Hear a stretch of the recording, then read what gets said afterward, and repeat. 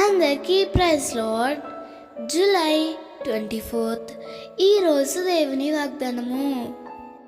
నీ దేవుడైన యెహోవా నిన్ను ప్రేమించెను కనుక నీ దేవుడైన యెహోవా నీ నిమిత్తము ఆ శాపమును ఆశీర్వాదంగా చేసెను.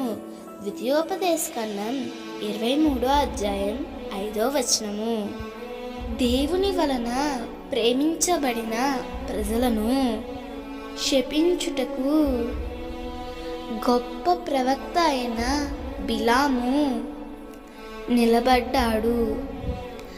అతడు ఎన్నిసార్లు శపించాలని చూసినా ఆ శాపాలు దేవుడు ఆశీర్వాదాలుగా మార్చాడు. నీవు కూడా దేవుని చేత ప్రేమించబడిన వ్యక్తివే. నీ మీద కూడా ఎన్నో శాపవచనాలు అనేక మంది పలికారు కదా. ఆ శాపవచనాల్లో ఏది నీ మీద ఎన్నడూ పనిచేయదు. ఎందుకంటే దేవుడు నిన్ను ప్రేమిస్తున్నాడు. దేవుని చేత ప్రేమించబడిన బిడ్డవు నువ్వు. నీ మీద ఆశీర్వాదాలు తప్ప ఏ శాపవచనం నిలవదు.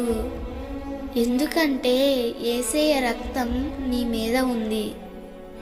ఆ రక్తమే నీకు జయాన్ని ఇస్తుంది. ఆ రక్తమే నిన్ను ఆశీర్వాదకరంగా మారుస్తుంది. అందుకే కృంగిపోవద్దు. ఎవరో నిన్ను క్షమించారని, ఎవరో నీ మీద ఏదో చేస్తున్నారని నీవు ఎన్నడూ దిగులు పడకు.